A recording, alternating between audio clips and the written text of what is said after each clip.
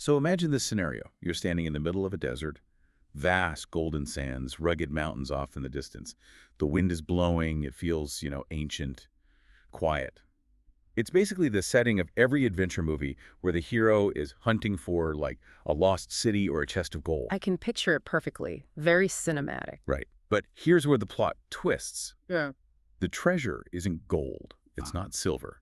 And it's not in some big wooden chest. It's buried right there, deep beneath your feet, disguised as something that looks, well, a lot like a dirty gray rock. As is often the case in geology, the most valuable things, they rarely sparkle until you actually process them. Exactly. But this specific dirty gray rock we're talking about today, it's sitting under the sands of the Sinai Peninsula. And according to the research we are diving into, this isn't just a few pebbles.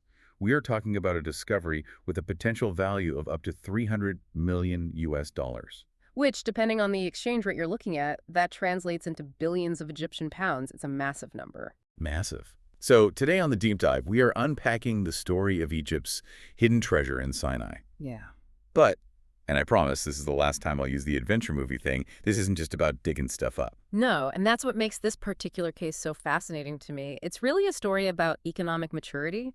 It's about the difference between finding a resource and actually building an industry. The mineral in question is manganese. Manganese. Okay.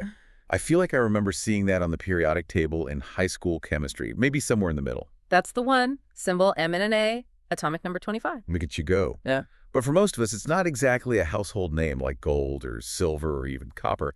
It feels a bit It doesn't industrial, appear. a bit obscure. Hmm. Why is finding a bunch of manganese such a big deal? It's funny you call it obscure because the modern world literally wouldn't stand up without it. If iron is the body of our infrastructure, manganese is the muscle. You cannot have a modern heavy industry without it. Okay, let's unpack that. The unsung hero of industry. What makes it so special? Why can't we just build things out of iron and call it a day? Well, the sources describe it as a mineral that heavy industry cannot do without. Its primary superpower is its relationship with steel. When you're making steel, you're essentially, cooking with iron. But if you just use iron, it has significant weaknesses. Right. It can be brittle, it can break under stress, it oxidizes rusts very easily. You need to add a kind of secret sauce to the recipe to make it tough. That sauce is manganese. So it's a hardener. It's like adding protein powder to a smoothie. In a way, yes. It acts as a deoxidizer, so it cleans impurities out of the molten metal, but more importantly, it creates an alloy that is significantly harder, stronger, and much more resistant to shock and friction. Shock and friction. That sounds like basically everything in the real world. It is. Think about the shock absorbers in your car. Every time you hit a pothole, that metal has to flex and absorb energy without snapping. That's manganese at work. Think about the structures of a bridge that have to withstand wind, heavy traffic, summer heat. Or the crushing teeth of heavy excavation equipment, those giant machines chewing up rocks. Right. If those teeth were just brittle iron, they'd shatter on the first rock. Exactly. Anything that needs to take a beating and keep functioning usually relies on manganese steel. So if you're driving your car over a bridge, both the car parts absorbing the bumps and the bridge itself are relying on the stuff found in the dirt in Sinai. That puts it in perspective. It's the invisible glue holding the heavy world together. But the source material also mentions something a bit more high-tech. It lists chemical industries and batteries. Yes, and this is where the story gets really modern. We aren't just talking about old-school steel mills. There's a huge push in the tech world right now for cathode materials for lithium-ion batteries. Like the ones in electric vehicles. Exactly. Manganese is becoming a key player there because it stabilizes the battery structure.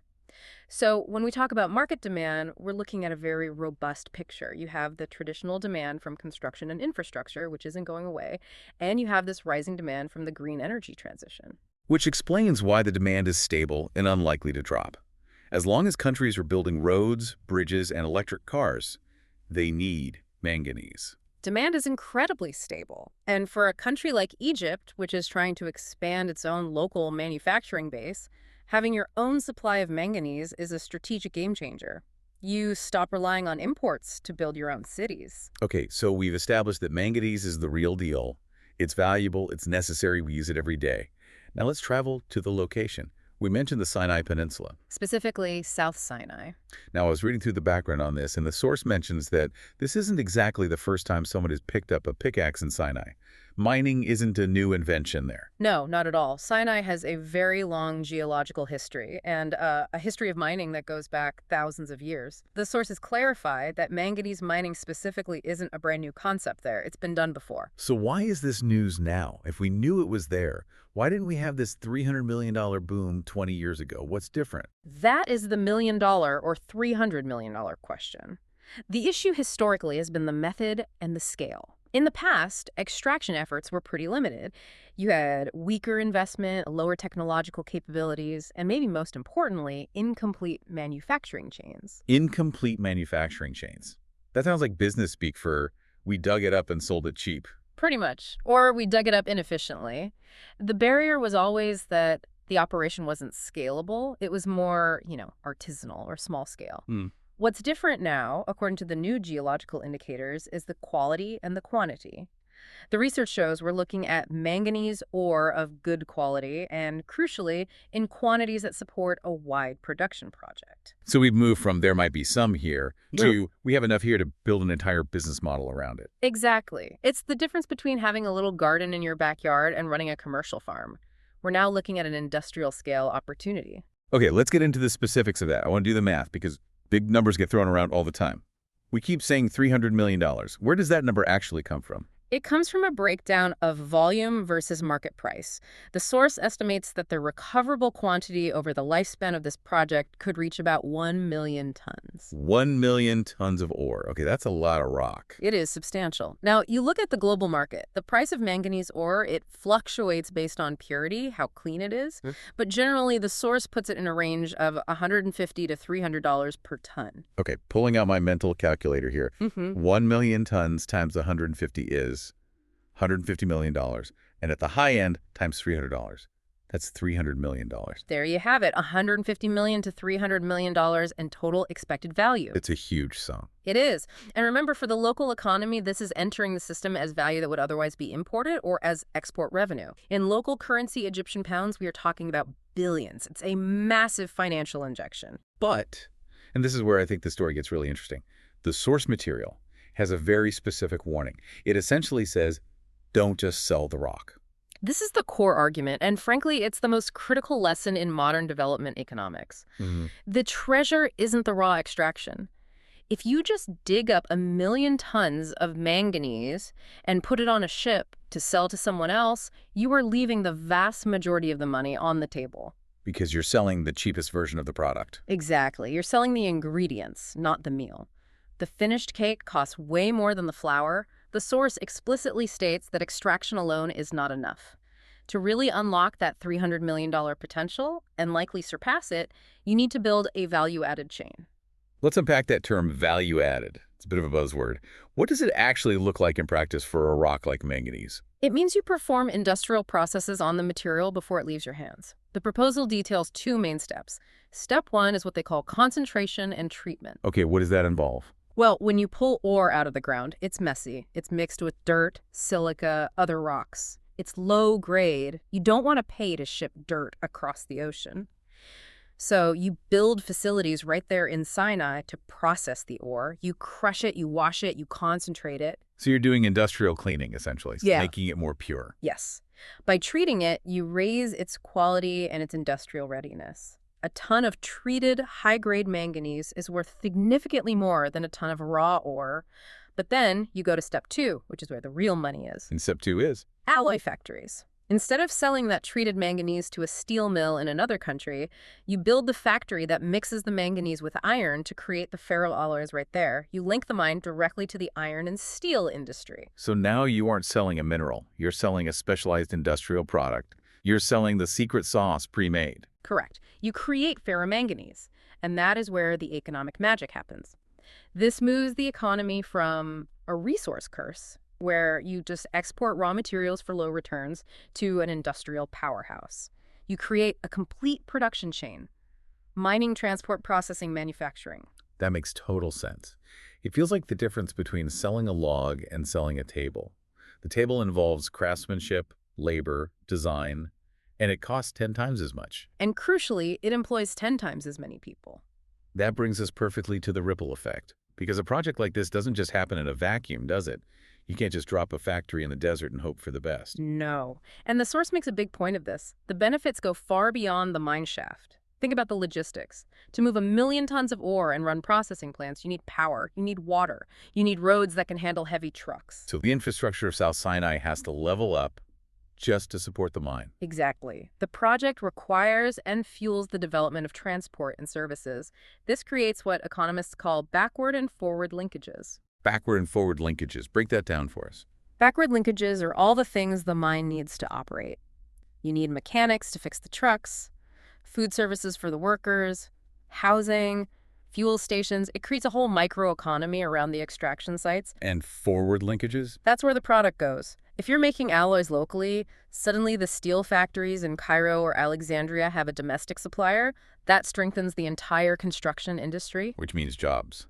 Operating labor, yes, but also technical jobs. Engineers, geologists, safety inspectors, logistics managers. It's a job creator across the spectrum. And there's a macro benefit for the country too, right? We touched on imports earlier. The import substitution is huge.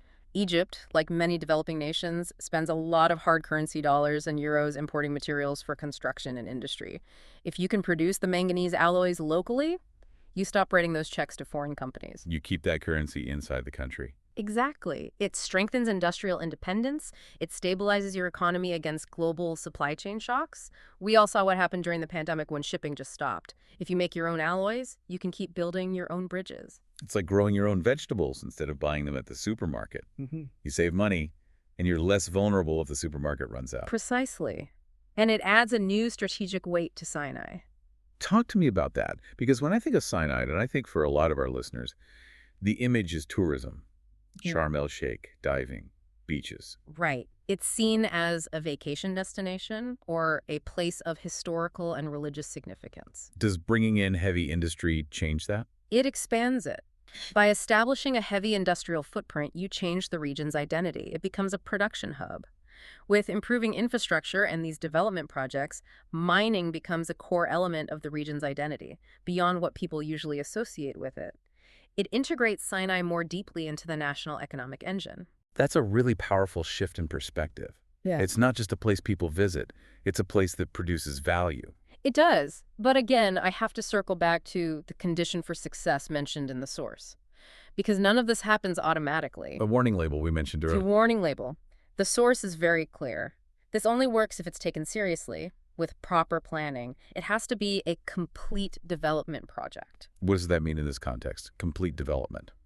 It means you can't cherry pick. You can't just dig the hole and skip the factory. You can't build the factory and ignore the roads. If the strategy is just dig and sell because it's quick cash, the ripple effect will be a tiny splash. The real value will be exported to whoever buys the raw rock. So it requires a commitment to the long game. It requires patience and investment. It requires viewing this manganese not as a lottery ticket to be cashed in immediately, but as a seed that needs to be watered and grown into an industry. I love that analogy. It's about cultivation, not just extraction. So let's try to summarize what we've dug up today. We have a huge opportunity buried in the South Sinai.